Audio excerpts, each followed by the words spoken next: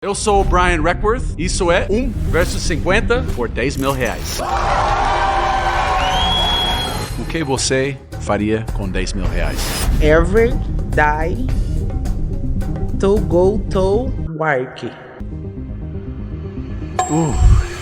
Me lasquei. Me lasquei, não sei o que é em português. Eu vou me vingar. Eu me vingarei. Eu me vingarei de tudo e todos. My brother works in a store near Rose House.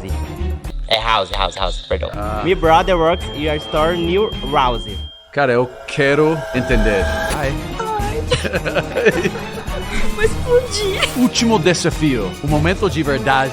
Alguém vai terminar com os 10 mil. A primeira dinâmica, a primeira rodada aqui, pode ver, estão em dois times aqui, azul e vermelho. Eu vou fazer uma pergunta, vocês precisam responder de uma forma correta e dos 5 primeiras perguntas, quem ganha mais pontos fica na próxima rodada. É dizer que a metade de vocês vão voltar a casa. Desculpa.